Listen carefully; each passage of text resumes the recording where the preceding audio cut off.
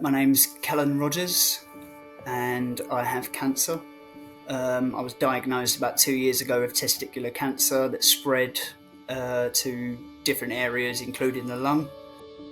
Before I had cancer, I used to do MMA, which is mixed martial arts, Brazilian jiu-jitsu, and I used to train that quite a lot. I did a lot of running, just in general, lots of sort of fitness stuff. And then I've started treatment. I had one surgery, and after about 5 different chemotherapy treatments, including stem cell and high dose, my cancer had come back after 6 months. I started a low level chemo, and that obviously didn't work. And this Monday, so start of this week, we started a human trial for a more targeted treatment. So basically to attack the tumour that's still in my lung that sits at about 36 millimetres. And today I got told my liver's taken a bit of a beating, so so yeah, that's where I'm at.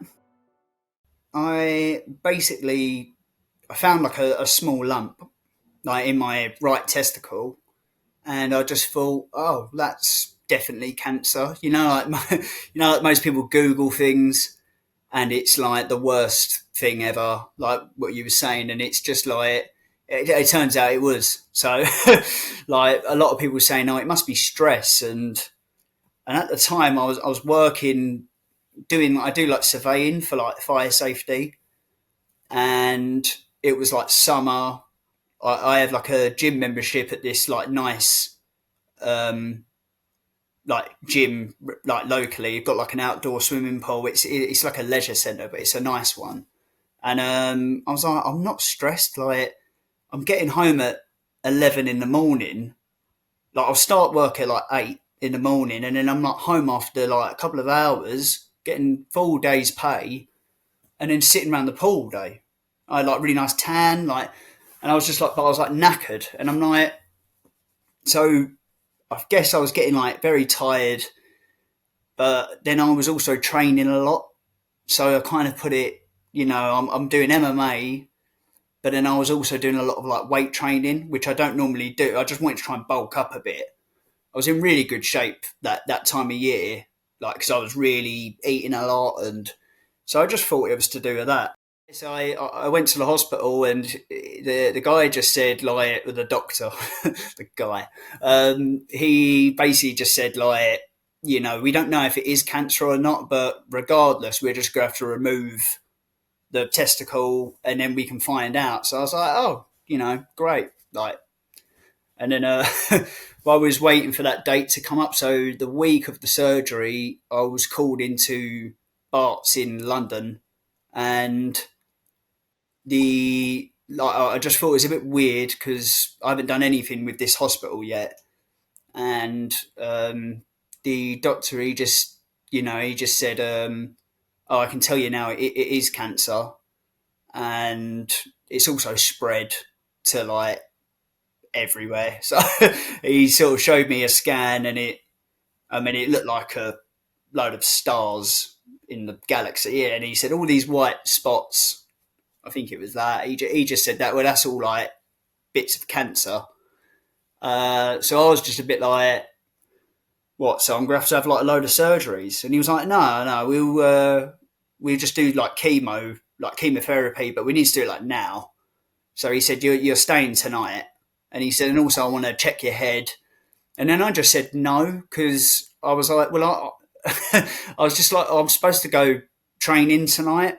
And then he was like, yeah, it'll sink in. Like, he said, just like, you need to tell people what's going on. And I was like, okay. So I just called my boss. I just said, oh, look, I'm too sick to go into work. No, he was like, oh, fair enough. So he just said, yeah, like, I mean, my boss has been really good, and he's made it so it's not stressful, like financially. So that's nice. I've heard a lot of stories of people that have had it bad, and yeah.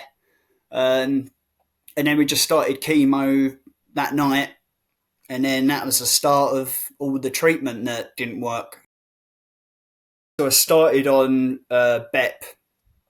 That was, I'm not gonna lie, like easy. Like I know a lot of people ain't having a great time. Like, I'm talking to someone that's doing BEP at the moment, and they're, it's caning them out a bit. They're like very unwell, like sort of usual kind of side effects. Whereas I did BEP, and I was a bit like, oh, is that it? Like, yeah, really. I was feeding my ego a little bit. I was like, oh, you know what? Like, and then I ended up, I went and climbed a mountain with my friends while having chemo. Well, it turns out it didn't work. So, yeah, we did like a scan. They said, oh, you're all good. You're in remission. And then we did a blood test that day. I went home, and then they called me and they went, we messed up a little bit.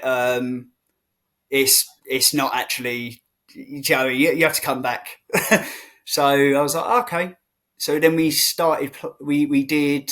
I think it was cisplatin, which I think was the one that, like, when you do it, it like reacts with temperature.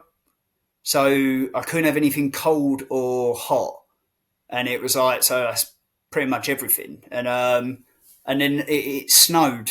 Like the one time I could go home, it snowed, and I, like, if I left the house, I probably would have died. Like, and so that was that was a weird one. Like, just even like touching something cold, like when all, like, yeah, it was just a weird feeling. Like when I walked out the hospital, obviously you can't open the windows on the ward, so I had like fresh air all of a sudden, and just like my whole throat closed up. I was just and it just took a while to get back to normal. But yeah, that was a weird one. So that was cisplatin, and then Epstein Rubicin, or it's nicknamed the Red Devil apparently, and yeah, I can see why.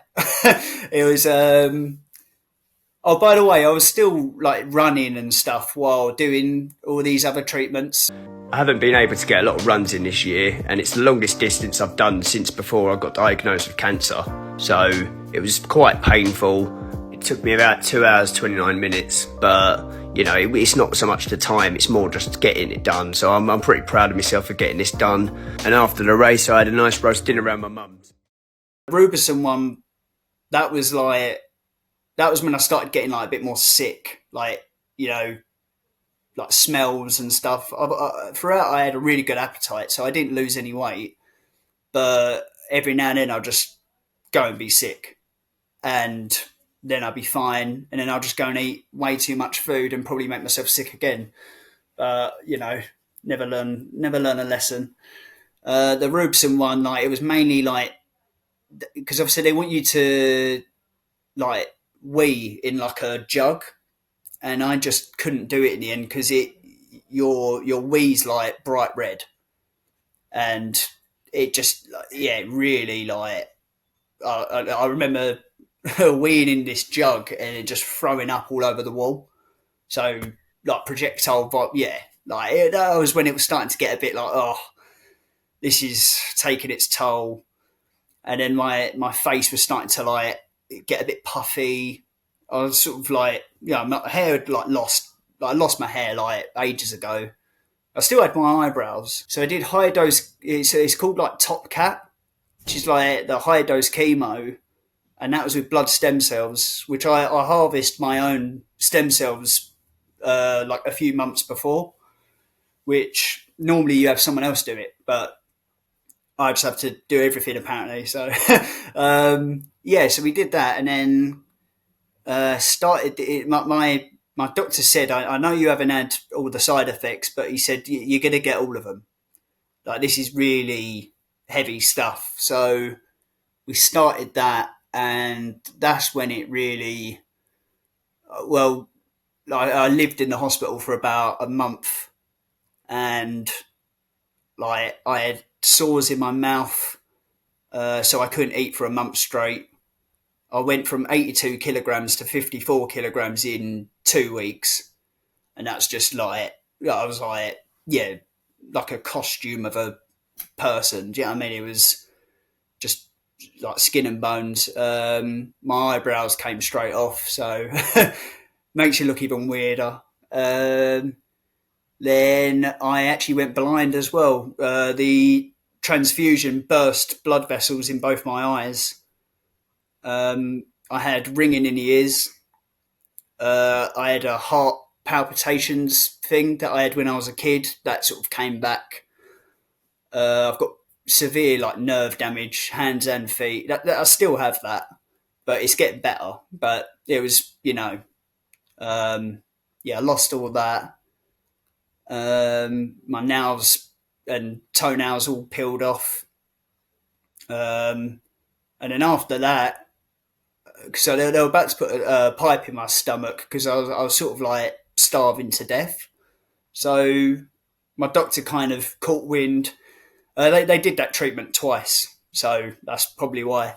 And then I got home, and then just eventually, well, I had a mental breakdown. I had to learn to walk again, and yeah, sort of just try and get some soup in me. I was trying to drink these milkshakes, but it was like drinking razor blades. It was like so painful. And then just eventually, like soups, then like like boiled eggs. So that's a good tip. If you got the sores in the mouth, like I thought maybe you get like dippy soldiers with your eggs. Like get rid of the toast because that's not happening for a while. Just get a spoon, just eat it like a yogurt, and then like eggs, you've got so much in like protein, and so I was having like 6 eggs a day, but I couldn't eat really anything else. But I was like, well, as long as I eat that, and then yeah, and then eventually I could go to the toilet. But I mean, it was just like everything was just painful. About 6 months after that, I basically my cancer came back. So obviously I was in remission after high dose, but we had a spike in the blood test, and basically I was just getting back to work.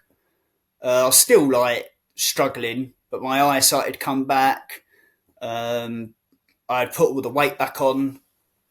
I like started thinking, I was like walking quite like all right, like I was still like exhausted, but I could do a lot more. So I was just about to get back to work. I did like a few weeks at work, and then the cancer came back, and then that just sort of broke me a bit. And then we did this treatment called is it germicide or germicide? It's like a low level chemo. So the idea was to do 6 months, and we predicted 3 months it would stop working, like all the other treatments. And after 3 months, it did stop working. But that was just to kind of keep it at bay. And then we was waiting for this trial to open up. While we was waiting for that, we did that low level chemo, and then once that stopped working, we had to give it a while because you needed measurable amount of cancer to go for the trial. So it's been like a good few months since I did any chemo, and then the last scan we did, it was like 36 millimeters in the lung, but it's only in the lung. I've gone back to Brazilian jiu-jitsu. There's nothing worse than being tapped out by a guy that's got cancer, to be honest. Obviously, there's guys in there that don't even know my situation, and then they overhear my conversation in the changing room, and they're like, great.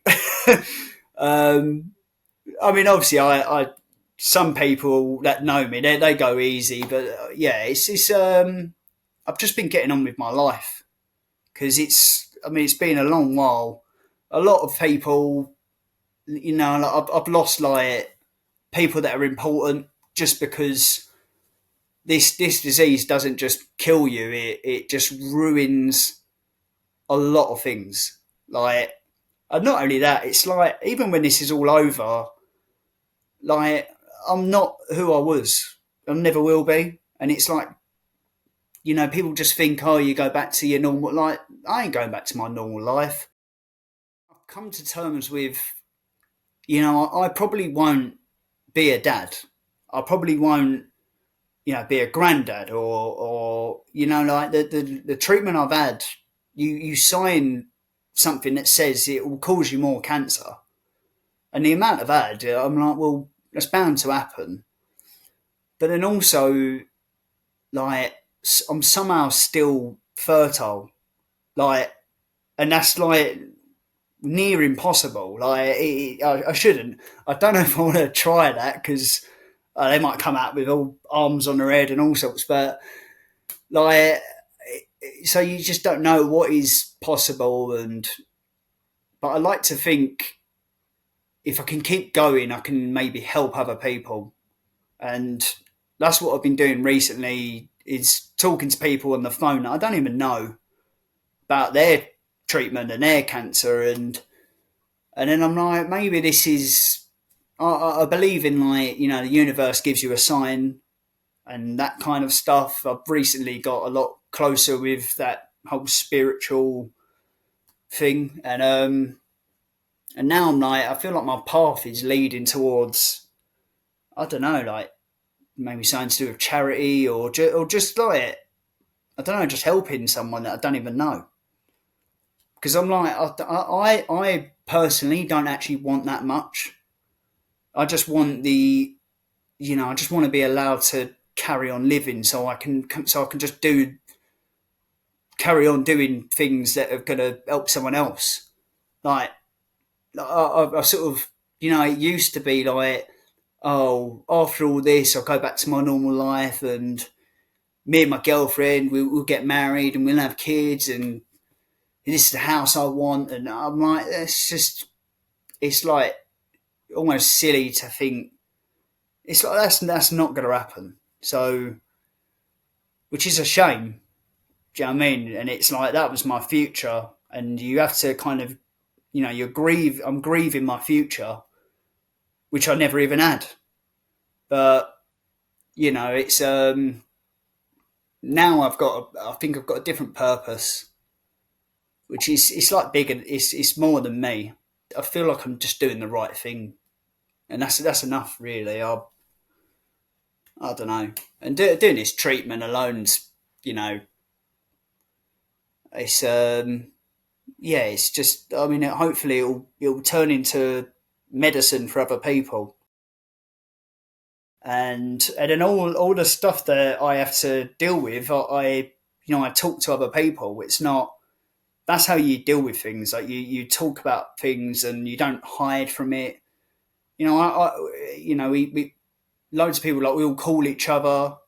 I talk to other people with cancer, because that's something that someone else doesn't really have any clue with. So, everyone has their thing.